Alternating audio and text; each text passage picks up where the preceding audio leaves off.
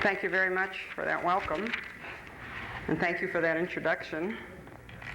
I'm very pleased to be here. I wish it were a dry evening, but that's not the way it is this winter, and so we'll just suffer through, and actually we're glad of the rain. I'm happy to be participating in what I think is an exciting series of talks you have here. It's timely, and I think it's overdue. It's really time that some attention has been paid to the Central Valley of California. And I think probably all of you know that when California is mentioned to people, what they think of is Southern California, or what they think of is the Bay Area. We have to let people know this is California, the others are the other California. So this is the real California.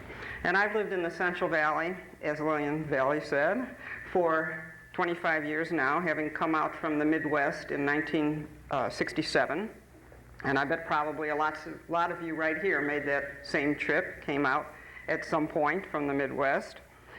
And so you're migrants to California, as I am. I came in order to teach and write and publish American history through a position at the University of the Pacific. And at the time, California history was the farthest thing from my mind. I just wasn't thinking in that realm. But about a decade ago, I realized what a fascinating subject there was all about me, California and the kind of immigration we've had historically and then also in recent years. So tonight I want to draw together for you some of the patterns that I have noted as I've paid attention to this topic, the Central Valley and the role of immigrants over time. California is today often referred to as the first third world state. And I think that such an appraisal is really an accurate reflection of the changing demographics of where we are. While once this region of ours was home solely to Native Americans and the Spanish-speaking, this area came to be peopled by Europeans and then smaller numbers of Asians of various ethnic backgrounds. But a Caucasian complexion seemed, at least superficially, to dominate our population. But that complexion is now becoming multi-hued and darker, and I think it's accurately predicted, and this is given current immigration figures and also divergent birth rates amongst groups, it's accurately predicted that what has been the majority is becoming the minority here.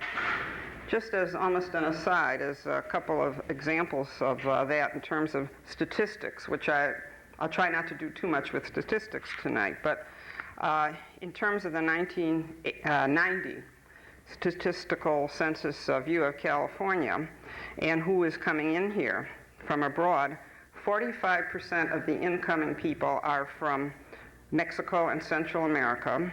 31% of the incoming people from abroad are Asians, and 10% are from Europe, and then a 10% miscellaneous.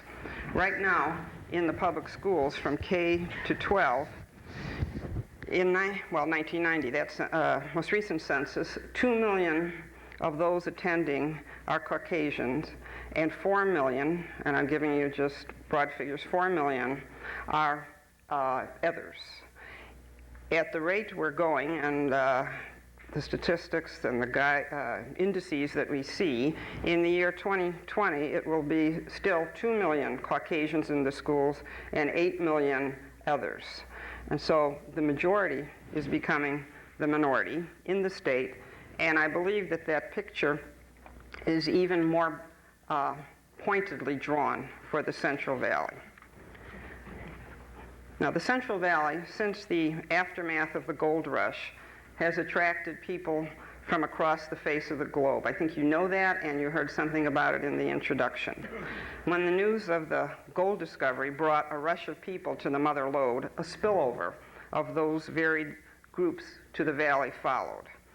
What lured the French and the Swiss here, the Danes and the Basques, the Swedes and the Hungarians, Canadians and Serbs, and Jews, Arabs, and Asians from a variety of countries, and others as well, what lured them was the valley's non-bullion gold, by which I mean the rich potential of its agriculture. Because of its possibilities, the Central Valley became the world's promised land, to which hundreds of thousands, even more, flocked. As historian Wallace Smith wrote many years ago, and journalist Ann Loftis echoed, and Lillian echoed this evening too, this area became, quote, a laboratory of races, unquote. And while my presentation can't cover all of the various groups who have settled here and contributed to our region, I will explore a number of group experiences up to about World War II. Just with one group, I'll really go beyond that. And I will try to highlight the roles these varied peoples have played in the development of our area. The basic dimensions of the Central Valley are 40 to 50 miles wide and 400 to 450 miles in length. The floodplains of the Sacramento and the San Joaquin rivers and their tributaries enrich the soil. And the combined Sacramento-San Joaquin Valley stretches from Shasta County and Redding to the north to Kern County and Bakersfield to the south. Geographic distinctions of the valley include the mountains, which ring it and affect its climate and its weather, the coastal range to the west and the Sierra to the east then, and in a midsection of our valley, touching on several counties, Contra Costa, Sacramento, Solano, Yolo, and especially San Joaquin, another distinctive geographic region is located, one of the major delta regions of the world. The delta is about 24 miles across and 48 miles along its lengthiest apex. Its fertile promise became unbounded once reclamation work was carried out a century ago. Sally, can I interrupt you? Would it help if the lights were out? Yes. I didn't show you how to work the lights. The dim? Is that too?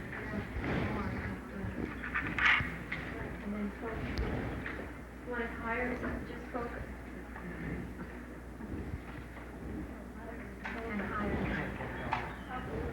Well, this is the valley that you've probably seen maps of before, and so perhaps after this we can go on to the next one.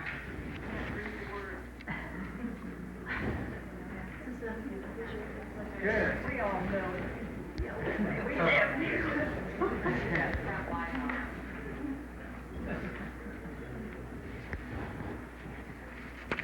So, in terms of the cities and counties, the valley stretches from Shasta County and Redding to the north, and to the south to Kern County and Bakersfield to the south.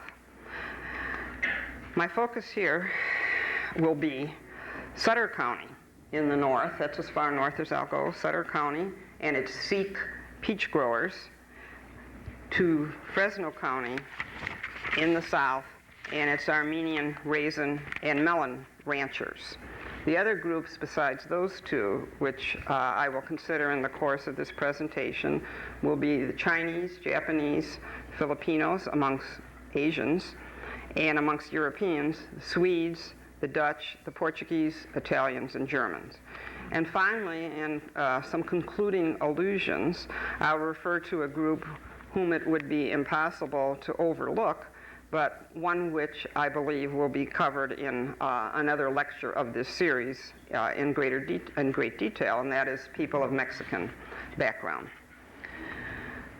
A major assumption tonight that I make is that the Central Valley, as California as whole, was akin to a developing country in the 19th century, and indeed almost until our own generation.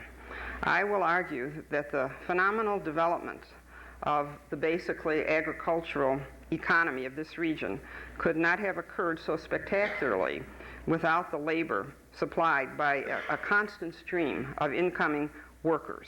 Just as in the eastern part of the United States, the arrival of immigrants back there allowed industrialization to take place at a rapid pace, so here our agriculture depended on the incoming newcomers. And so it was as if it was a fit between the potential of agriculture to take off and people coming in here who needed jobs and were willing to work. A second assumption tonight is that because this was a developing economy rather than a mature and structured economy for much of its history, it offered opportunities and even space for newcomers to achieve some upward mobility. Individuals could move, sometimes, and certainly not everyone, but individuals could move from being hired workers and crew hands to becoming leasers of land and even owners and operators of ranches and dairies, who in turn needed and in fact depended on the labor of more recent newcomers to the valley. They could experiment and introduce new crops, which might well find a niche in the emerging agricultural economy here. They could offer different products or new services that had never been available here before. The route upward for people was without guarantees, but nevertheless, often hard work led to rewards of independence and security. And there were at least those possibilities for everybody. The distinctive history of agriculture here involves, rather than the emergence of small family occupied and operated homesteads, so characteristic of the United States in other parts of the country, rather here what we saw develop was far-flung ranches operated on the basis of seasonally hired hands employed at labor-intensive tasks. The old Spanish-Mexican land grants evolved into agribusiness rather than family farms. What developed was appropriately termed in a 1939 book, now a classic, and it was titled Factories in the Fields. Business ventures and speculative tendencies were the operating assumptions rather than traditional agrarian values of independent yeoman citizens on family farms.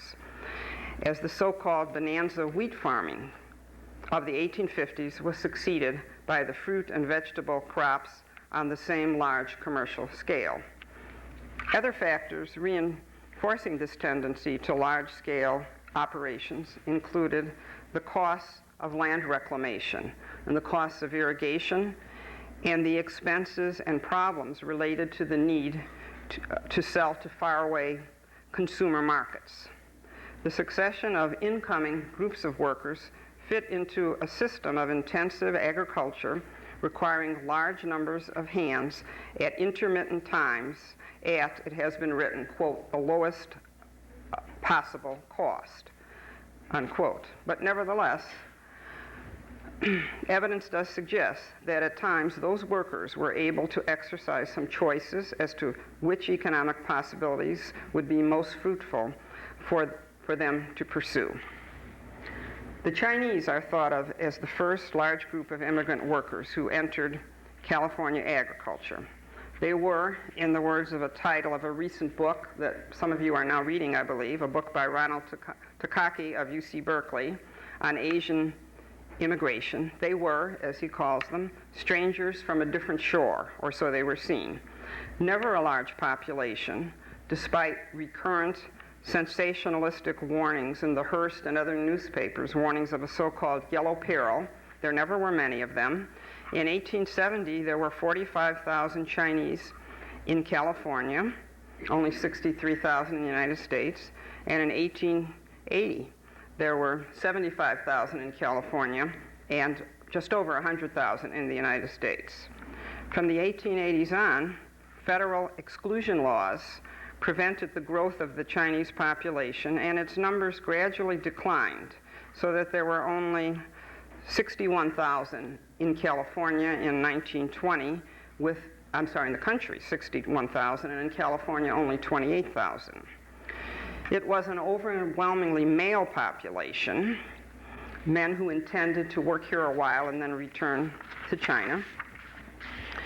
And with few families here then, they were not able to reproduce themselves, so it was a small, not growing population. Chinese men at first worked in the mines, and then they filtered down from the mother lode in the face of declining opportunity there, including also anti-Chinese measures from which they fled. And so that after 1870, the Central Valley found that Chinese lived amongst them rather than in the foothills, and Chinese lived in towns and also rural areas. And some settled in cities such as Sacramento, Marysville, Oroville, Stockton, and Modesto, and of course San Francisco, and they established Chinatowns for themselves. And in these cities they provided laundry services, they did tailoring, barbering, and provided other personal services. And they also operated restaurants, herbalist shops, and other small retail establishments. Through such occupational paths, few Chinese then competed with white workers as they had in the mines. They didn't compete for jobs then in the industrial sector, and this really was a self-protective strategy which they had come to adopt, and which some other, as we'll see tonight, some other workers adopted as well, immigrant workers, to try and find ways not to be held to be competing with Caucasian workers. Some Chinese fished in the Delta, as well as some fishing in the San Francisco Bay and Monterey Bay and along the coast. And they sold their fish to local markets while at the same time drying much of it for shipment back to China. The valley contained approximately 28% of the Chinese in California in 1870, the majority of whom worked in agriculture, while others worked as cooks and servants. Hundreds were truck farmers, while thousands harvested fruits and other major crops as hired hands. By 1880, 30% of the Chinese of California lived in the valley, and by 1900, 40% of Chinese in California were in valley agriculture, including, well, not only valley agriculture here, but some were also working elsewhere in agriculture.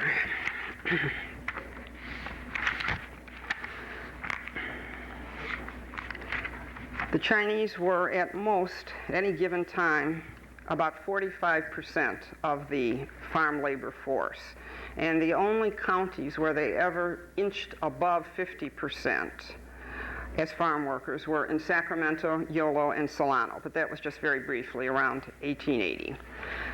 But gradually, their numbers became smaller, and the Chinese disappeared from the agricultural scene when we get into the 20th century. The Chinese developed a system of labor recruitment, which was later copied by other groups. Chinese labor contractors who could speak English would organize gangs of men for agriculture and also for specific construction projects. These English-speaking Chinese would make the arrangements, negotiate the wages with the employers, and then the non-English-speaking workers would never really have to deal directly with the bosses. The contractors charged the workers a commission for finding them jobs and providing them with meals, while the workers themselves, and this is rather unusual among groups, the workers themselves handled their own temporary housing, so they would carry tents with them from field to field, or blankets as they traveled around. The Chinese played the most significant role in the reclamation of delta swamps and marshes, and therefore in its emergence as one of the richest agricultural areas in the world. They were involved in such work on wheelbarrow gangs between the 1850s and the mid-1880s, after which they were displaced by the clamshell dredge. They toiled, however, knee-deep in water and in mud, where they were subject to pneumonia and malaria. Their wages averaged 10 to 15 cents per cubic yard, perhaps $1 a day. And they had to struggle to devise a foolproof method of measuring the volume of earth they removed to ensure they would get the correct wages, and to ensure that not only that it was measured correctly, but that they were not cheated, that they were not shortchanged. Wages paid by the month rather than the amount of work might be around $27 a month. Chinese workers built the first levees on mainland tracks in Rio Vista Township, and Rio Vista would be towards the left, high up on the left there as you look over, though it doesn't say Rio Vista Township. On Twitchell Island, which is in that south of that, below that, Brannan Island, and on a part of Roberts Island, which is further down to the right. They did much of the work of trying to reclaim Union Island, which is to the south. With boats, the basic mode of transportation in the Delta, many steamboat landings were constructed on the levees and named after companies or persons associated with them. And you see it kind of in the middle where there are a number of dots with names. So as a result, there are steamboats, there were and there are steamboat landings with names such as Hap Sing, Tai An, Ji Sang, Hap Gun, Ji Feng, Sang Hua, etc. Some of the Chinese laborers moved on to leasing land parcels as tenants. And this would be in the last 3 decades of the 19th century. And from, say, the 1880s, 1890s, in that period especially, there was a great upward trend in Chinese holding leaseholds in the Delta and elsewhere. Groups of men or companies, and only occasionally individuals, were able to enter into leases, usually within a decade of their having worked to reclaim the land. So first they did the basic work in the water and mud, and then within 10 years they were able to hold leases and maybe have employees. They were sometimes, as workers, as hard workers, favored by landowners, that the landowners would rather deal with them.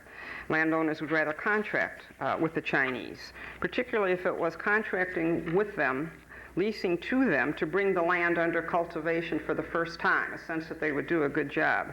And that kind of leasing was called developmental leasing. And in some such cases, then, it was the Chinese who leased untouched land, drained it, built levees, broke up the soil, plowed the fields, and planted the first crops. By the decade of 1910 to 1920, this is number D, Chinese were leasing land in the central Delta. They were farming on Mandeville Island. This very much is in the central of the area of the map, if you can see it. They were leasing land on Mandeville Island, on Venice Island, Bacon, and Woodward Islands. They frequently specialized in potatoes and beans, which brought the most return. While outside the Delta, Chinese tenant farmers often planted hops, vineyards, and orchards. When the canneries emerged as a major component of valley agriculture, the Chinese were ones who hired on there. So they were on the work crews, and they were also hired as fruit pickers and packers, and thus they participated in most all aspects of the valley's agricultural development. Chinatowns emerged in the Delta as earlier they had in valley cities, as I mentioned. These Chinatowns became home to those workers, places where they could go in the off-season, places where they could obtain familiar products and have access to traditional recreation, gambling, for example. Places where they could spend not only the off-season, but even where they could spend their declining years. And the hamlet of Locke in Sacramento County, and it's not shown here, but it's near the top, near the north end, near Walnut Grove. The town of Locke became somewhat famous as the last Chinese town to emerge. And by that time, and that was 1915, the Chinese population in the state as a whole was shrinking, as I've already indicated, and their presence as a factor in valley agriculture was over. By then, Chinese exclusion laws, federal exclusion laws, were taking their toll, but there was a small 20% of the Chinese population was female, and that allowed a semblance of community life to develop for the Chinese. Japanese arrived as laborers in California at the end of the 19th century, some having first worked on plantations in Hawaii. They, like the Chinese, were men alone who assumed they would be here for a while as sojourners, working a while here, and then they would return to their families in Japan. Some settled in San Francisco. At first for the Japanese, that was the place to which they intended to go. That was their targeted area. But after the earthquake in 1906, which apparently was extremely frightening to the group, Los Angeles became the Mecca for the Japanese in our state. Japanese, or EC, the first generation, became fishermen in the Bay Area and also in San Pedro and Santa Monica harbors in Los Angeles County. More typically, however, the Japanese went into labor-intensive farming. They worked on crews under contractors, as had the Chinese. Also, like the Chinese, they avoided industrial employment, choosing not to invite hostility by competing with Caucasian laborers, but rather trying to find their own economic niche. As they moved into the Central Valley, those who settled in the cities offered services that were not previously readily available, such as gardening, or they opened nurseries and related businesses. They also operated restaurants, stores, and shops, selling items in demand to their countrymen, and thus offering products for which an untapped market was emerging. Other groups, I might say, as an aside, would do that too, open stores to sell to their countrymen. Among those who farmed, they typically pooled their muscle and their limited capital. They leased collectively. They leased collectively. And I'm not sure you can see this too well, but the series of dots and specks which show some leases of the Japanese, and also on this one, leases of the Chinese, and these are in Fresno County, further south. So they leased collectively and worked intensively together on the land, and they had a great deal of success on land that others had ignored, thinking it too marginal to produce. So they worked in the hog wallow lands in the San Joaquin Valley and the very dry lands in the Sacramento Valley, as well as in desert areas in the Imperial Valley. They began to purchase land outright in spite of the alien land laws of this state, which were first passed in 1913 and ineffectively attempted to limit Japanese access to agriculture.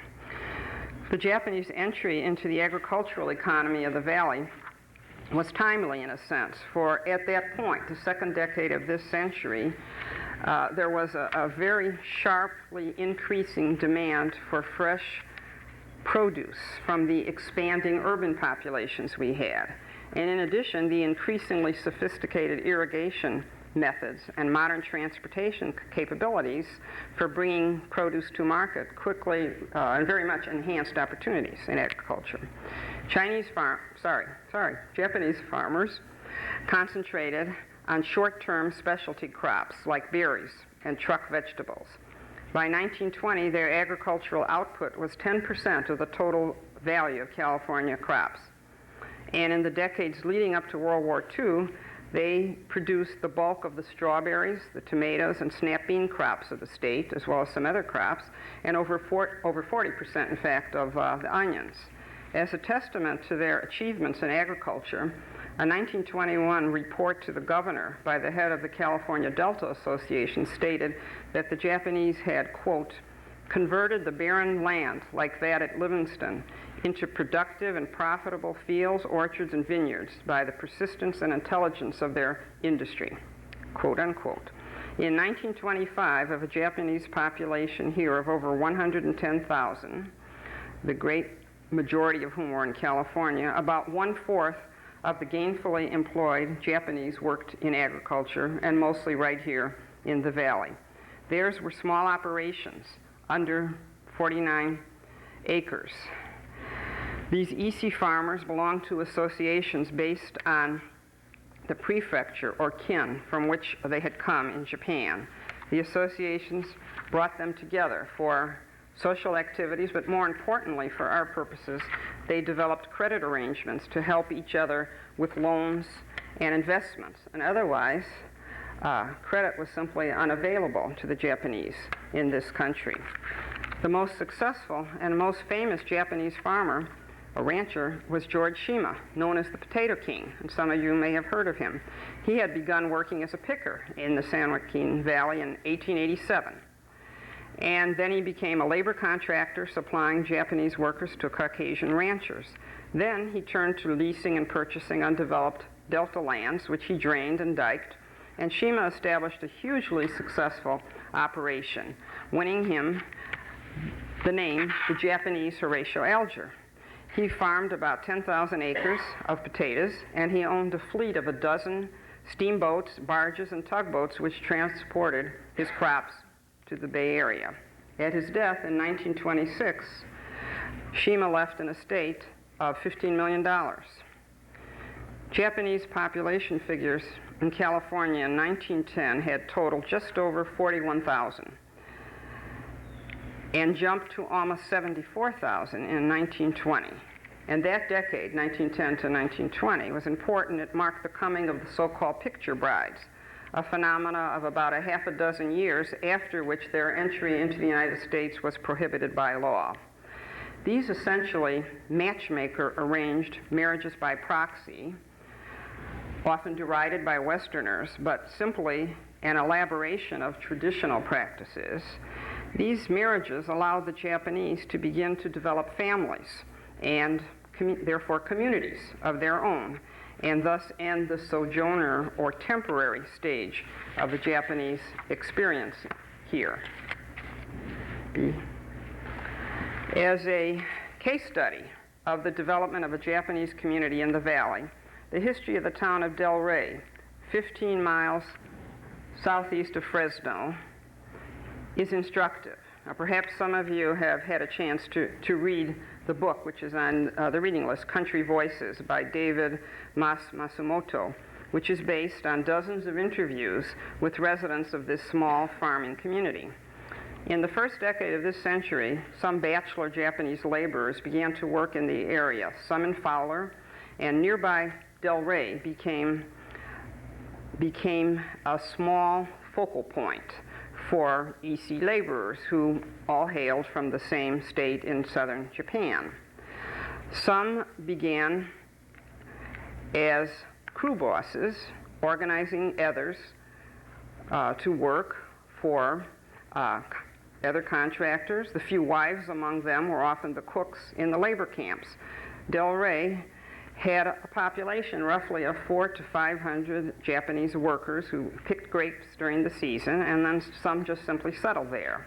In what Masumoto describes as the boom years of Del Rey, there were 4 or 5 boarding houses which were home to the bachelors among the population. There were restaurants, there were pool halls, a fish store, a tofu shop, etc. And all these opened to meet the needs and the tastes of the population. The shops specialized in a variety of Japanese goods, and then some branched off into selling American products too.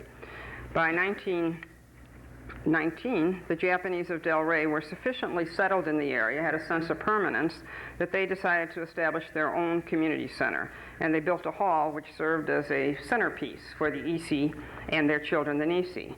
The hall was the site of community gatherings, language classes, and other Japanese cultural instruction, recreational activities, and both Christian and Buddhist religious services. Through the dark days of a disastrous town fire in the 1920s, the Depression, and until the evacuation, which occurred in 1942, the hall was symbolic of a thriving, ethnic, agrarian community in the valley.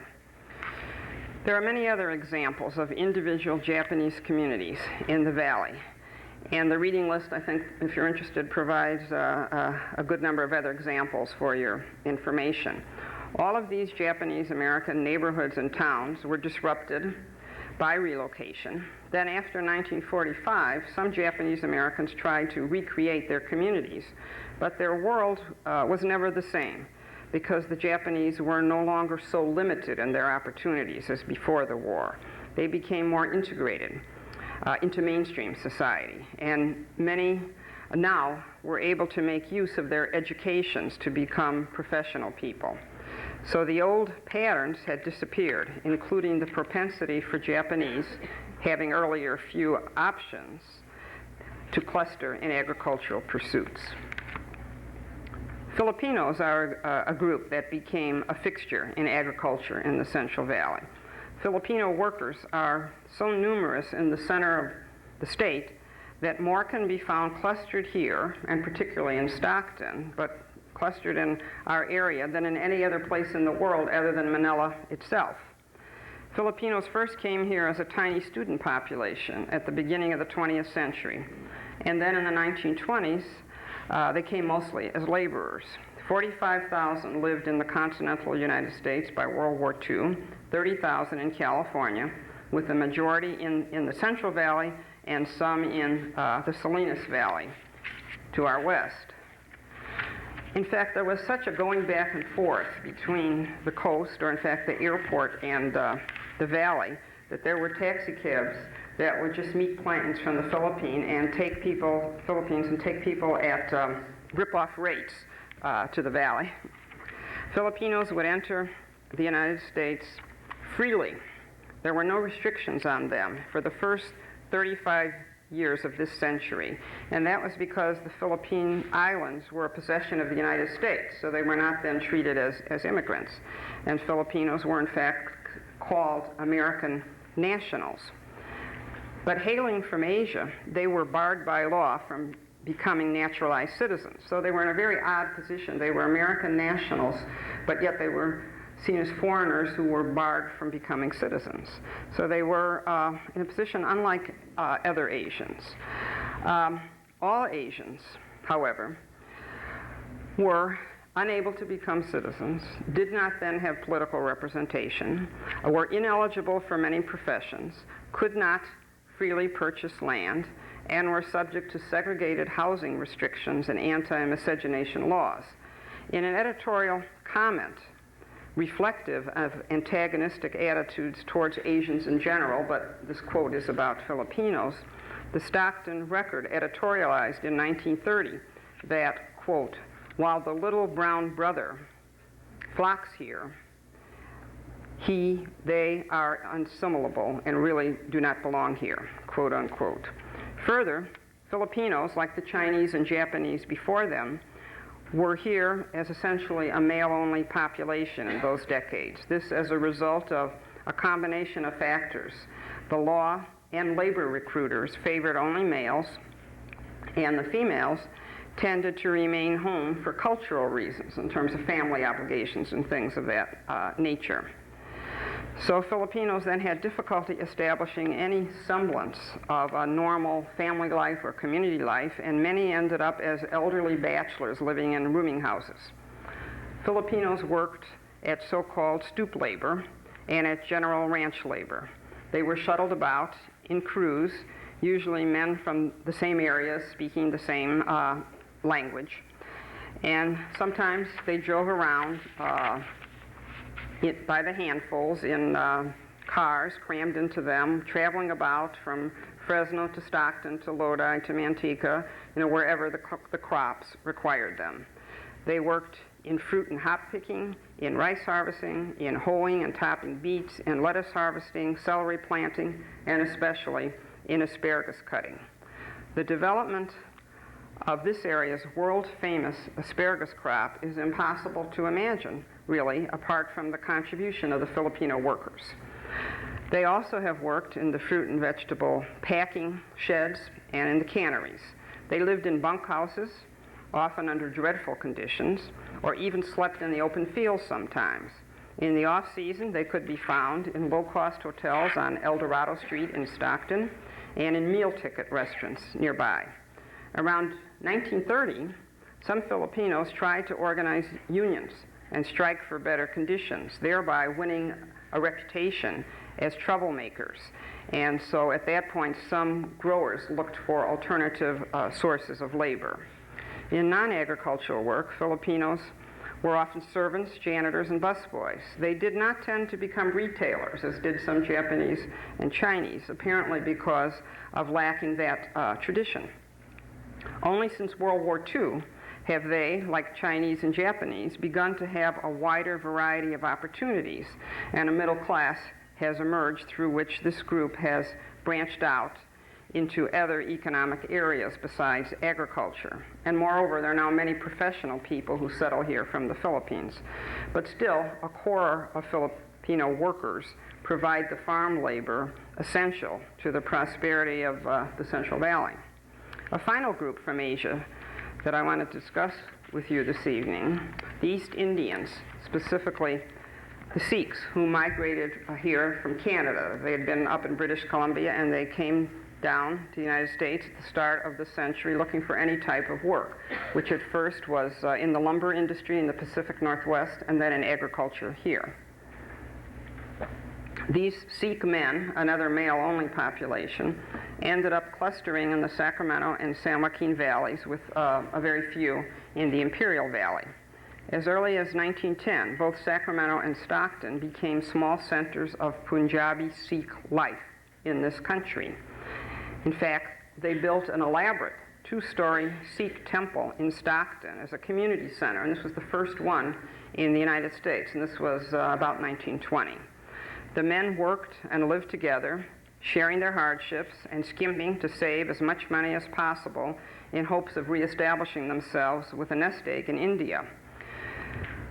Their crew bosses, as in the case of many other groups, procured migrant work for them and negotiated their wages. As direct successors to Chinese labor, the Sikhs got the lowest pay and most menial work. They cleared levee areas, they worked on some of the islands in the Delta, and pooling their resources, they began to lease land, first around Holt in the Delta. This development was alarming to some Californians. The Bee newspaper chain, for example, editorialized in 1923 on the need to ensure that California's alien land laws were applied to the East Indians, and the paper stated, quote, "There must be no more leasing or sale of land to immigrants from India," unquote. Nevertheless, some Sikhs had begun to establish themselves as independent owner-operators.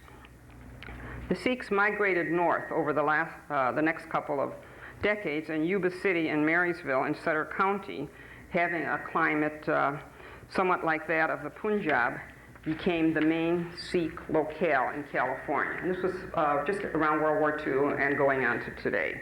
In the 1960s, a Sikh population explosion occurred, so that the area is home now to the largest overseas farming Sikh community in the world, more than in Fiji, which is has been known as a Sikh Mecca, and also more than Kenya in East Africa. While the recent newcomers have often included some professional people who didn't enter agriculture, nevertheless, the Sikh agricultural presence in Sacramento County and Sutter County dramatically grew. Cooperative farming methods allowed the Sikhs to be economically successful. What they would do is Sikh gangs would work together on leased land 7 days a week in their off hours. So leased land, worked whenever they could, while in the daytime they worked as crew workers on other people's land. So they did double duty that way. They operated then almost as family-based units, working together, people who hailed from the same districts in the Punjab, with some supporting those who had become too old to work.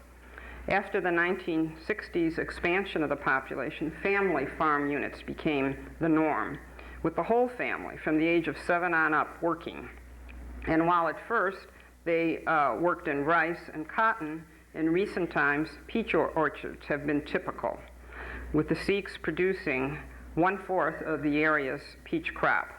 Peach orcharding does not require a lot of acreage, and the families working together as a unit keep operating costs down. Moreover, the labor-intensive routine is compatible with traditional family cohesiveness and unity. Members of the extended family who immigrate, who come over now from India to Sutter County or Sacramento County, they don't mean increased overhead for the family that's here. They just mean more workers to join in. By 1985, there were about 10,000 Sikhs in Sacramento and Sutter County. And one result of the clustering of the Sikhs in that small area was an outmigration from there. Some newcomers, not content to be laborers for relatives, left to try family farming on their own to the south, in Stanislaus County, for example, where they grow grapes, often selling to Gallo. Or they leave agriculture work altogether and have moved to Livermore, Oakland, San Jose, or elsewhere. But as a whole, Sikh family farming has been a modern economic success story, kind of an anachronism in California in terms of the more common pattern of agribusiness, but they've been very successful.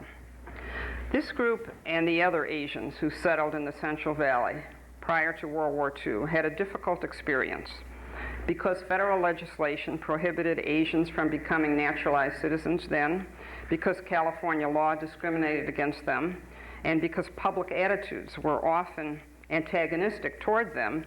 Asians had a harder time than did European immigrants in establishing themselves. It was also difficult because they came without women initially, and thereby, without the structure of family life in place, they lacked the basis of community. Nevertheless, the various groups in turn, at their own individual paces, managed to establish communities of their own. Turning now to the history and experience of European immigrants and their descendants in the Central Valley, it would be impossible to consider all or even most of them, as I've already indicated to you. From the days of the gold rush and the subsequent settling of foreign-born populations in the valley, virtually every European and every Middle Eastern group has been present here. After the gold rush generation, newcomers came directly to the Central Valley, sometimes encouraged by agents of Leland Stanford and Mark Hopkins and other railroad entrepreneurs who needed settlers on the land that their railroads crossed. Other larger-scale employers also encouraged immigration from abroad to settle here. And so from Basques to Lebanese, from Swiss to Serbians, and groups in between, dozens, even more, of immigrant groups have lived and labored here from Europe, and I will confine my remarks to a half dozen specific groups. Immigrants from Europe typically faced fewer difficulties than did Asian immigrants. They had fewer artificial barriers imposed on them. Moreover, they could blend in a little more easily, where their cultures were not so very different from what was seen as the norm here. In Fresno County, the largest immigrant group to settle was the Armenians. They clustered in Fresno itself, in Fowler, Reedley, Selma, Yetum, and Yetum is, in fact, means Eden, and it was founded by Armenians. Also Kingsburg, and then in other counties, they settled also, such as in Madera, Merced, and here in Stanislaus County, and in fact as far north as Modesto itself and Turlock.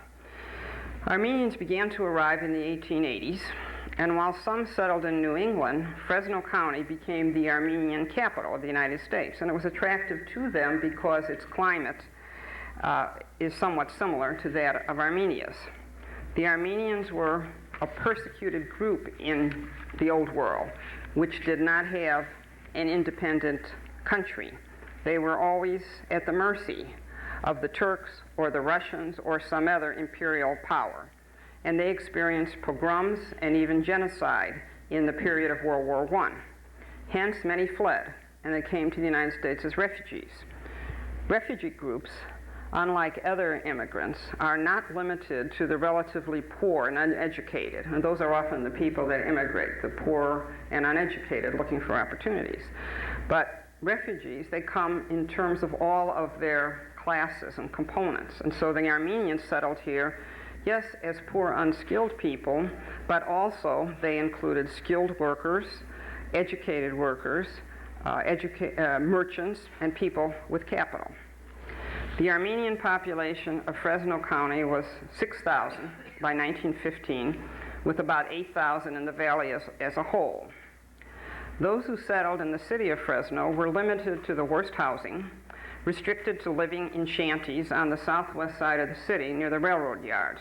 They, like Asian and Spanish-speaking groups, were considered outsiders, very much discriminated against. And even it has been said these three groups, Spanish, Asian, and Armenians, were, quote, despised minorities of the area. And they were at the mercy also of restrictive covenants and other discriminatory devices. In fact, the state of California ruled that Armenians could not purchase land because they were Asians. I don't know why. A ruling which was overturned by a U.S. Court of Appeals. But this episode does illustrate some of the hostility, and I'll explain why, some of the hostility towards Armenians. The jobs for which unskilled Armenians, those that were unskilled, in Fresno, got into included railroad and construction jobs. Some also established fruit and vegetable gardens and bought horses so they could peddle their produce in season.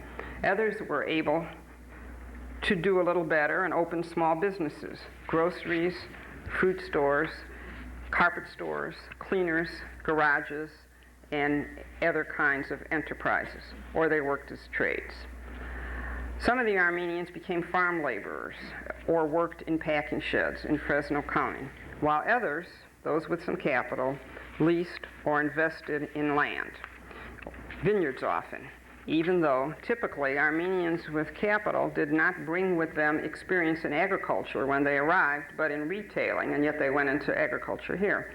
They specialized in raisins and figs, crops which had been grown in their homeland, and they also introduced various items that we had not had here, especially types of melons which had never been seen in the United States, such as cassava melons, and cassava is the name of a town in Armenia, Persian melons, yellow watermelons, and Armenian cucumbers, among other items.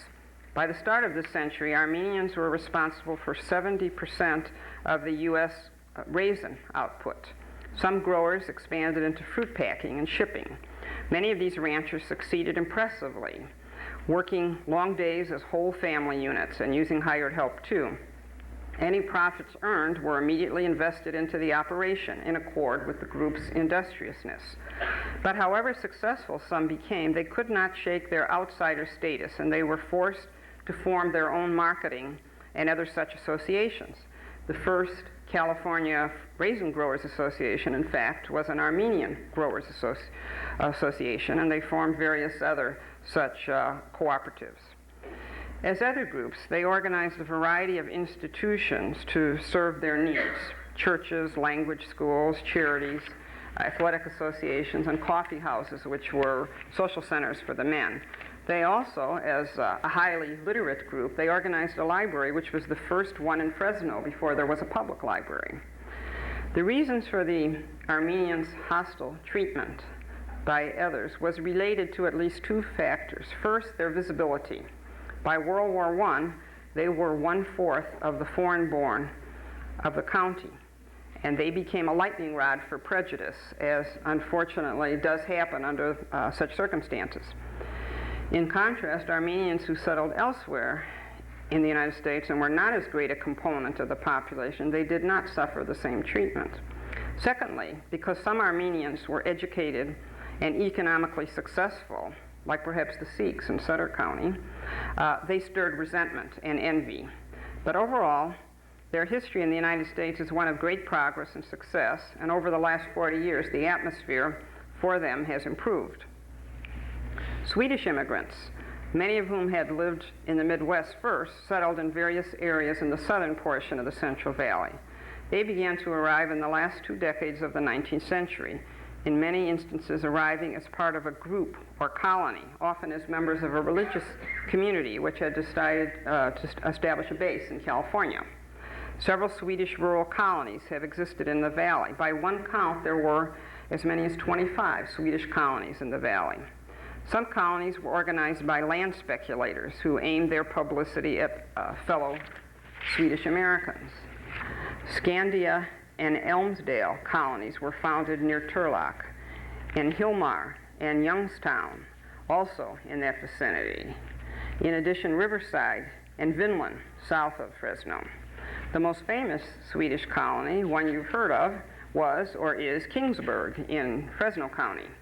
In the 1880s, a small group of Swedish families from Michigan settled at what would become Kingsburg. At first it was the Washington Irrigation Colony, which was set up, and then settlers came and tried to attract more Swedes to colonize with them. Some were drawn to it through newspapers and other types of advertising, and by the 1920s, over 90% of the population in the area of Kingsburg was Swedish. The colony members began to farm. They soon organized a farming cooperative called the Linea Packing Company to market their raisins, grapes, melons, and other crops. Some of the community leaders developed really elaborate plans to establish their own cooperative system of public works and public services, a college of their own, and so forth, most of which did not come to fruition. Turlock also was heavily Swedish and became known as a Swedish religious center, a beacon for evangelical-minded Swedes. And that community, Turlock, 80 years ago managed to establish 10 Swedish churches. The Swedish population, first and second generation of Fresno County, was at the time 2,500, and of Stanislaus County, 1,300. The Dutch also established themselves in the valley in the late 19th century, and many of them, too, had first lived in the Midwest, Michigan especially.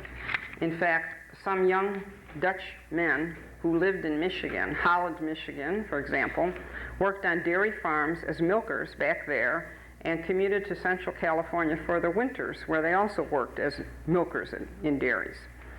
As early as the 1870s, some Dutch, drawing on their experiences in Holland, constructed a polder in the Delta in Sacramento County, and a few families then settled into farming there. A handful of attempts to establish Dutch colonies failed, including one effort near Merced. A mission of the Dutch Reformed Church was established in Modesto in 1904. In more recent times, a mini explosion of Dutch residents occurred when Holland became overcrowded in the 1940s and 50s, and a stream of immigrants entered the United States, and some of them ended up right here.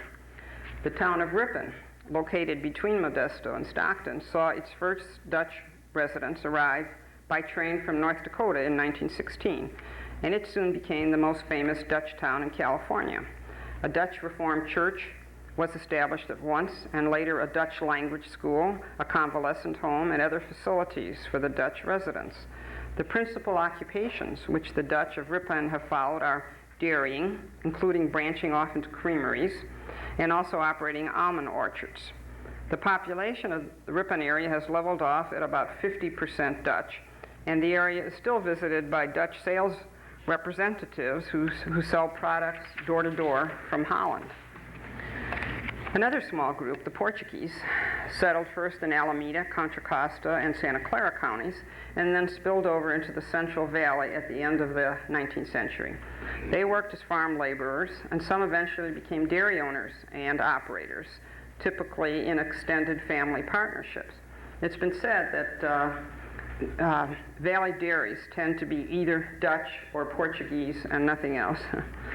Portuguese agricultural laborers appeared in noticeable numbers in the valley as fruit pickers in the second decade of this century. Of the 22,000 in California, over 3,000 lived in the Central Valley. As either men alone or as married couples, they worked in the Delta, in the asparagus fields, and on other crops. Once in a while, groups of individuals, up to about a dozen, would acquire a lease together. Then some were able to manage to lease land on their own, and the Portuguese have operated the bulk of the valley's truck vegetable enterprises. They've also operated feedlots. Compared to most other groups, the Portuguese have not established many community organizations. While they have religious association and lodges, old world religious regional differences and friction among them have limited their cooperating with each other. For the final two European groups, I've selected two which probably most readily come to mind when one thinks of immigrants in our area from Europe: Italians and Germans. Both of these groups initially arrived during the gold rush, and both quickly established themselves in the valley. In the case of the Italians, many became fishermen along the coast truck farmers in the rural Bay Area, or construction workers in the city itself. By the early 20th century, they were the second largest nationality group in California agriculture. In contrast to those Italians who settled on the East Coast, these were mainly from northern Italy, not from southern Italy. They came from regions such as Lombardy, Piedmont, Tuscany, and so not typically from the south, which was the most impoverished section of Italy. And while we do have some from the south of Italy and some from Sicily, but mainly we didn't get the most impoverished of the Italians coming to our area. Some of the Bay Area Italians encouraged one another to move inland, and we call that chain migration. One goes and then the other goes. And many located in the valley as farm laborers, tenant farmers, and then as owners and operators of ranches. In the 1880s, Italian farm laborers displaced Chinese in various areas, such as in the delta south of Sacramento, in Alameda County, Orchards, and elsewhere. This was a deliberate choice by some employers.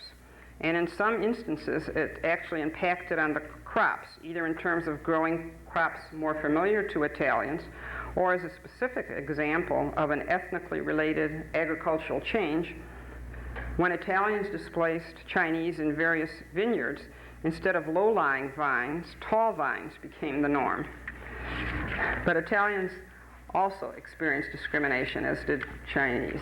Italians were classified by some employers as non-white, and they faced occupational, housing, and credit discrimination, although not as severe as what Asians confronted.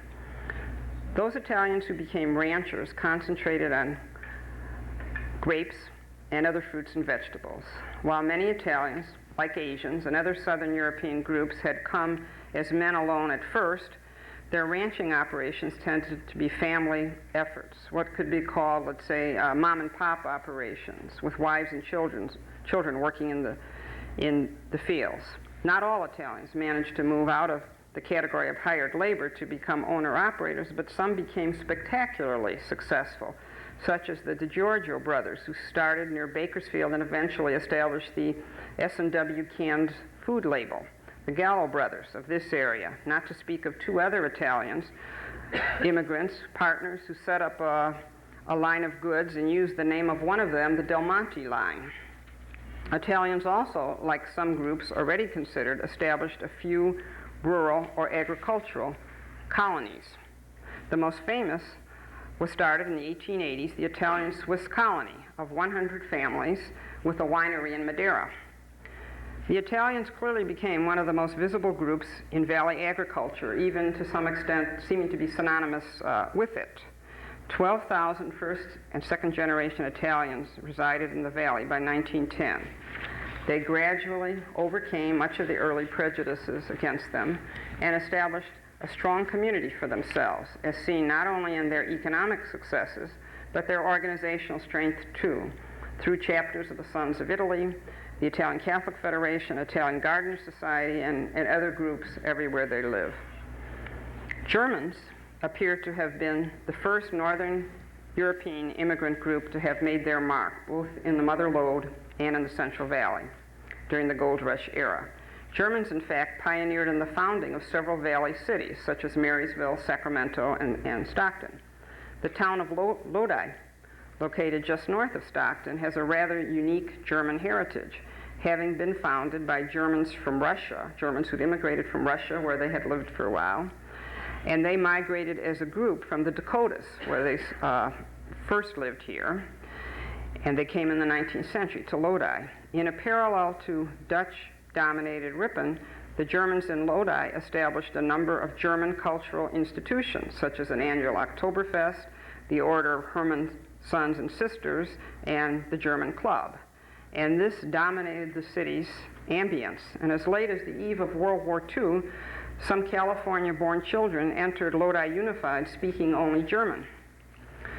By 1910, there were at least 15,000 first and second generation Germans living in the Central Valley. German agricultural communities, if not colonies, developed. However, religiously distinctive German groups, such as the Mennonites, founded more formal communities, perhaps the most famous of which was in the Livingston area in Merced County, where they became successful orchardists. Germans settling in California either as immigrants coming directly from the Old World or as migrants who'd lived in the Midwest first, they were the largest ethnic group in California agriculture by the early 20th century. Furthermore, they were the foreign-born group with the largest percentage of landowners.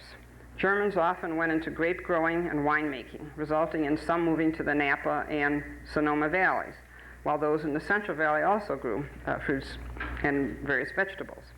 It's difficult to trace the Germans in much detail, not as much as other groups. For the most part, with the obvious exception of the Lodi Germans, they blended into the general population rather quickly. Not retaining separate visibility, they simply became part of the valley's agricultural population. At the beginning of this talk, I indicated that I would concentrate my remarks on groups making up the valley workforce who came here from Europe and Asia, and accordingly, I have not considered workers of Spanish-speaking heritage. I did so because for most of my time period, Chicano and Mexican labor was not significant in valley agriculture. These workers came to play the major role in our labor force over the last 60 years or so, but not before. In the 19th century, those who had been Mexican nationals prior to California statehood experienced a great loss in economic status, and some of them began to work in the fields as whole family units, including their children. And among those, some became migratory workers, and eventually they formed colonies where they established permanent off-season homes in various places in the valley and established barrios in some of our cities. But nevertheless, there was relatively little usage of Spanish-speaking workers. Only when economic dislocation in Mexico and revolution in Mexico became factors, as well as some U.S. government policies encouraging Mexicans to come here, such as the Bracero program that began in the 1940s, only then did Mexican workers come to perform a great portion of valley agricultural labor. The various peoples discussed in this presentation, and some others, made the Central Valley what it became. Without them, I think we would be, no doubt, at least a marginally successful agricultural region, struggling with both arid and swamplands at a more elementary level than we do, thanks to the irrigation and reclamation efforts of the workers of the past. Without them, we of the Central Valley would be dreaming of expansively developing a barely tapped potential. The population base of the valley in the early years of statehood was simply inadequate for large-scale agriculture. Indeed, an enormous labor shortage existed, and we could look at it that way. And therefore, there were serious limitations on the possibilities of our developing our agriculture. That shortage was alleviated by the incoming groups who provided the critical mass for the development of large-scale agriculture. While virtually all writers have emphasized the role of the Chinese and the other Asian groups in agriculture, it has been my contention that not only Asian but European immigrants filled a vital gap. So we need to think of Armenians, Italians, Portuguese, and even others not considered in this talk, such as the Irish for a while, who also provided the essential ingredient of farm labor, which permitted the system of large-scale intensive agriculture to develop. Without them, no doubt market forces would have required land to be subdivided so that a system dominated by small farming operations would probably have become the norm. Because of the presence of these workers, the valley became the fruit and vegetable cornucopia of America and even beyond of the world. Furthermore, the various groups shaped our crop choices. Some had come here because they preferred a climate and a locale very much like their country of origin, and their specializations resulted in an ethnic diversity of products, whether cassava melons or Japanese eggplants, whether Dutch and Portuguese dairy products or Italian and German wines. As further evidence of that statement, crops often rotated as different groups moved in and out, particularly noticeable in the Delta. Some workers, as those discussed here, must not be viewed as only sacrificial lambs and victims whose migrant labor and seasonal employment allowed others to reap the fruits of their labor. Writers have often emphasized only the exploitation that marked their experience. As an example, one writer refers to, quote, in this way, for the farm laborers, there was built-in chronic poverty, quote unquote. While I would not minimize what has sometimes been extremely harsh situations, some of these workers went on to develop a variety of rewarding roles in the economy for themselves. As has been clear, I think, here, field laborers could go beyond being, quote, cheap labor, unquote, for others. Some became tenant farmers and eventually owners and operators of their own land, the pattern often varying by nationality group. The upward socioeconomic mobility that some, not all, some realized meant that the persistent dream of countless immigrants of a land with streets paved with gold had come true for them in another version. In a California valley blessed with rich soil, many had been able to shape their own lives for the better.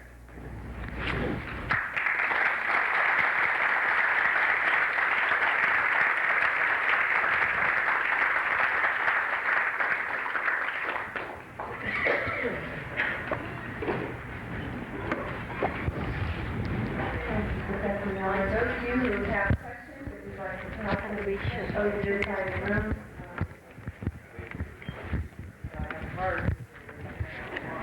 Now, feel free to come up and ask your own question if you prefer. Professor Miller, one of the first questions I have is how much of the fruit and vegetable crops of the U.S. are now grown in the Central Valley? What percentage? Yes, how much of the fruit and vegetable crops of the U.S. are grown in the Central Valley? Well, I have to say that frankly, I don't know. I can't answer that particular question. 25% of agriculture. Okay. Thank you. Lillian knows 25%. Lillian's at everything in print. From your vantage point, how long does it seem to take for a new ethnic group to be assimilated into an area and for the major discrimination practices to run their course? Well, it does vary with group. Where a group is not perceived to be terribly different in terms of what's seen as the norm here, it can be within less than a generation even, where the children win acceptance and are themselves assimilated. Where a group is perceived to be very different, such as the Chinese, for example, it can take many, many years and several generations. And another factor in that might be where a group settles very much off by itself, where it itself kind of puts barriers around. So if you have a group, a religious group, for example, that definitely wants to be alone, that assimilation may not take place for many generations. Would you please comment on the Southeast Asian population in the Central Valley? Yes. Actually, when I planned this talk, I wanted to save some time to discuss Southeast Asians, and I'm very interested in their experience here and trying to put it in historical perspective myself. And then I decided not to include it because my emphasis here has been on those immigrant groups who have come here and worked in agriculture, and Southeast Asians have not done that. I think the Southeast Asians coming here, it's a variation of the earlier Asians coming here who have been perceived as people from a different shore, people from another land, perceived as outsiders, very much different, and there has been a tendency to feel some hostility towards them, to perceive their mores and cultural values as so removed from what is mainstream mores or norms here, the sense that, well, they will not be assimilated. But I think it'll happen in time, and perhaps faster than in the past, because in the past in terms of Orientals, because these are family units, unlike the Chinese and Japanese when they were first here as men alone. These are family units, and the children are going through the public schools. And if you note, I know it's true in Stockton, and I know it's true in LA, so it's probably true in Modesto. Some of the students are doing very well in schools, that often our top students are the Southeast Asian children. And so it's possible to imagine that what we see in these 5 and 10-year-olds are the future pharmacists and engineers. And so I think we're going through perhaps a period of adjustment now as these individuals have been here only 15 years or so, but I think this assimilation will come along in the next decade or so. What is the history and contribution of the Hindi, not Sikh, East Indians from Fiji? Why more from Fiji than from India? Okay, I'm going to ask you to repeat that. It's about the Hindu. Yeah, what is the history and contribution of the Hindi, not Sikh, East Indians from Fiji? Why more from Fiji than from India? It so happens that more of the Sikhs came here. As far as I know, and I could be wrong about this, those of a Hindu background tended to come later, not in the earlier period. So since World War II, or in fact since 1965, when it became much easier for people from Asia to get in the United States, that the barriers against them were dropped in terms of our law. And so when Hindus came in at that point, they often came in as very educated people, professional people who didn't seek to go into agriculture, who sought jobs as engineers or in corporations and so forth, and they tended not to cluster. As professional people, they just mixed with other professional people, not so much seeking out people of their own background, and so we don't have communities in the same sense as what I tried to sketch as two groups of the past. This person had another question also relative to Portuguese. Why are most of the Portuguese from this area, or excuse me, why have most of the Portuguese come from the Azores? Well, I think the reason is there was a special act of Congress in, I believe, 1962, somewhere in there, to allow people in from the Azores as a special exception to what was then our particular policies on numbers of people who could come in from where. And there had been a natural disaster there in terms of a hurricane, and there were a lot of displaced persons. And so people from the Azores were allowed in as a special group under our immigration laws. And I suppose they came here then simply because there were established Portuguese communities, but these newcomers were from the Azores, that division. Why they didn't go to New England, I guess I can't say. There are some Portuguese that live in New England. And then relative to the Hindi and Portuguese, what's a good reference for these ethnic questions, which focuses on the current generation of these immigrants? Good references on Hindi and Portuguese. Okay. Well, the best reference, I think, for doing research on any of these groups, there's a one-volume encyclopedia that has in it virtually any group you could possibly think of, or groups you haven't even heard of. And it's called the Harvard Encyclopedia of American Ethnic Groups, the Harvard Encyclopedia of American Ethnic Groups. Its editor is a Harvard historian named Stephen Thernström, Swedish name, Stephen Thernström, Thernström, Thernström, and it was published, I think, about 10 years ago. So on some data and statistics, it would be a little bit dated, but it's still the most useful reference tool one could turn to.